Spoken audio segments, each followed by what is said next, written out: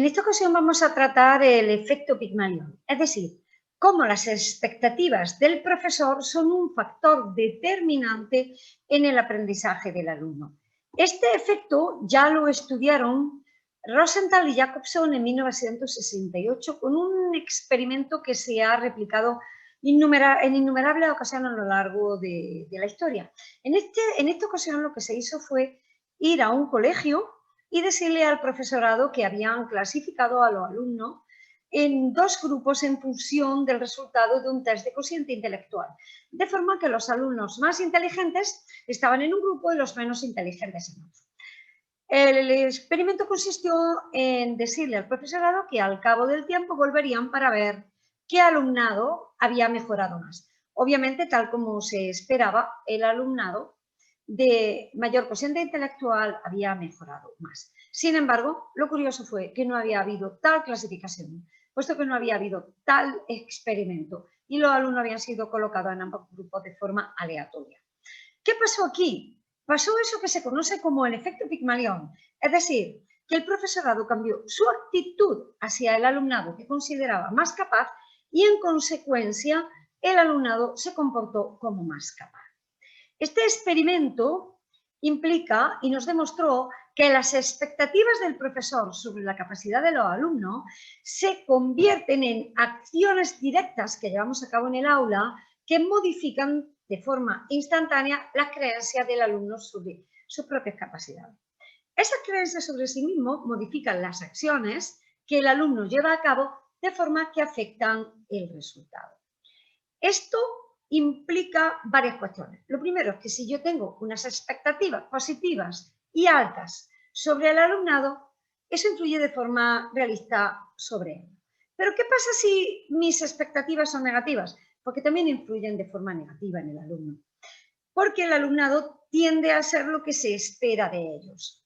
Pero debemos tener en cuenta otro par de cuestiones. Y es que el comportamiento no verbal es muy poderoso, muchísimo más que mis palabras.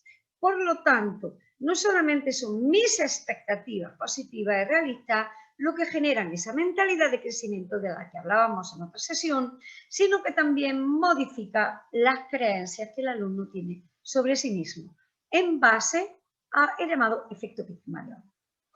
Esto es la profecía autocumplida, es decir, la autoeficacia percibida de la que nos habla muchísima gente, entre otros Hattie. Esta profecía autocumplida es eso que hemos sentido todos cuando vamos a aparcar el coche y hay alguien que nos está mirando y de pronto pensamos, no voy a ser capaz de aparcar, y de hecho empiezas a aparcar mal. ¿Por qué nos pasa eso? ¿Por qué el alumno que espera menos de sí mismo termina por tener menos resultados? Eso se basa en cómo yo lo haya hecho creer, como ya sabemos. Pero también las creencias sobre mí mismo influye sobre cómo yo me veo.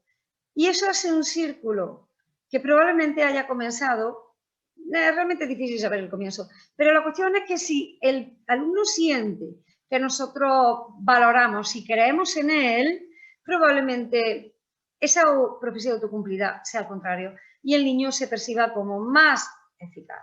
De hecho, está demostrado, ya nos lo demostró también Ruby Davis en el 2010, que esa autoeficacia autopercibida se ve determinada por la forma en que nosotros lo hacemos sentir. Entonces tenemos que enseñar al alumno a vincular conceptos como mentalidad de crecimiento y crecimiento del cerebro, como que mi capacidad va de la mano de mi esfuerzo. Y también nosotros tenemos que ser capaces de desarrollar simultáneamente emociones y aspectos cognitivos. ¿Cómo lo hacemos? Lo hacemos de la siguiente manera, porque nosotros actuamos de forma diferente según lo desea el efecto Pigmalión. Tenemos un tono afectivo mucho más cercano con aquellos alumnos que consideramos más capaces. Los nombramos con más frecuencia, tenemos más contacto visual, sonreímos más, le hacemos preguntas con más reto, le damos más tiempo para responder, le felicitamos por la respuesta, le damos pequeñas pistas, pero ayudándolo a que lo busquen ellos. Le damos más tiempo para darnos los deberes. Le damos más elogios. Porque nuestro tono afectivo, nuestras palabras, según nos dijo el experimento de Jacobson y Rosenthal, según ese experimento, nuestro comportamiento, nuestras palabras van de la mano, pero no podemos transmitir un comportamiento negativo. Este es el efecto Pigmalión y pasa en muchos aspectos de la vida. Y me voy a permitir compartir con vosotros unos minutos de un vídeo muy interesante, de unos seguros donde se plasma muy rápido y muy fácil. Es algo que todos sabemos de algún modo, pero que puede que nadie te haya explicado nunca. Si tú a tu hijo antes de una carrera le dices, te vas a caer, tú no vales para esto, puedes estar seguro de que ese niño se va a caer. Pero si en lugar de eso a ese mismo niño le dices, corre, vuela, no te detengas, y si te caes, aquí estoy para levantarte, ese niño jugará mejor que si nunca le hubieras dicho nada. Se conoce como efecto Pigmalión y funciona en cualquier momento de nuestras vidas.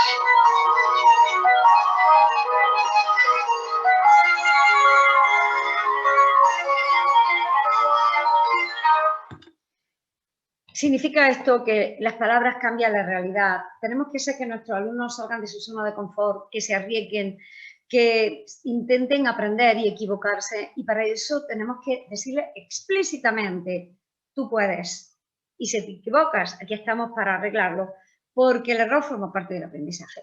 Una serie de consejos para controlar el efecto Pigmalión y que esa profecía autocumplida siempre se produzca en el sentido positivo. Y primero tenemos que ver que eso va de la mano de las hormonas, porque va de la mano de estos neurotransmisores que nosotros tenemos en el cerebro. Porque si nosotros generamos esa sensación de seguridad, ese vínculo en el que el niño se siente seguro con nosotros, deseoso de trabajar, de arriesgarse, estamos generando oxitocina. Pero si generamos bienestar, bienestar no significa buenísimo, significa que el niño se sienta seguro para poder equivocarse. Y también dopamina para que esté motivado para poder mejorarse, porque da igual lo que yo diga, es mejor lo que yo diga y lo que yo haga, generando mentalidad de crecimiento. ¿Pero cómo? Primero nos tenemos que poner en el papel, en su papel, y no juzgarlo. ¿Qué tal si cambiamos cuando demos una nota mala porque van a tenerla? Palabra sincera, básica, sincera y simple. Por ejemplo, sé que este examen no te ha salido bien, no te ha salido como esperabas. Y sé que estás enfadada, es lo normal. Pero vamos a abrir una puerta a mejorar. ¿Qué tal si modificamos los pequeños errores de forma explícita para que el niño sepa dónde se ha equivocado y sobre todo cuándo y cómo puede arreglarlo? Y tenemos que abrir puertas a mejorar, sin juzgar. No es un vago, simplemente se ha equivocado. Porque a lo mejor, aunque sea un poquito más vago de lo que realmente piensa el que lo es, ¿qué tal si generamos esa mentalidad haciéndole creer que menos de lo que él cree? Porque tarde o temprano va a ser lo menos realmente. Evitamos siempre y el nunca, sobre todo por lo negativo. Siempre te equivocas, siempre... Y cuidado que muchas veces usamos frases demasiado contundentes. Nunca estudias, nunca te andas. Vamos a focalizar en la cosa concreta, en el aspecto concreto. Has estudiado poco para este examen, esta parte del examen está floja, esta está más fuerte, hoy estás despistado. Las dos últimas veces que has pedido los deberes no los tenías, pero nunca generalicemos. Evitar juzgar y generalizar. Eso se puede hacer cambiando el ser por el estar. ¿Eres malo en mates? Jamás. ¿Eres malo en inglés? Jamás. ¿Tienes alguna dificultad con el álgebra? O como mis alumnos que al ser profesora de inglés oigo con demasiada frecuencia, es que yo soy muy malo en inglés, señor. No, tú no eres malo en inglés. El problema es el idioma, tú no. Y escúchame, porque lo vamos a conseguir creando el mecanismo. Tú eres bueno en inglés. El problema está en los mecanismos de aprendizaje que usas, que son erróneos. Y hay que crearle mecanismos explícitos. Cuidado con dónde colocamos un pero, porque anula lo malo y lo bueno. Te ha salido bien el examen, pero mejor decirlo al revés. El examen te ha salido un pelín, bueno, con algún error.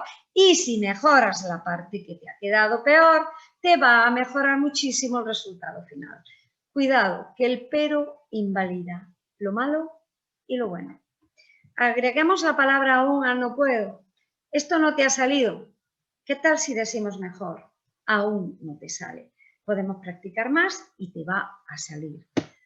Quiere decir que podemos generar mentalidad de crecimiento, podemos controlar esa profecía autocumplida, podemos controlar el efecto Pigmalión, podemos convertir el efecto Pigmalión en una oportunidad para que ellos crean y que nosotros creamos en ellos y se lo hagamos saber.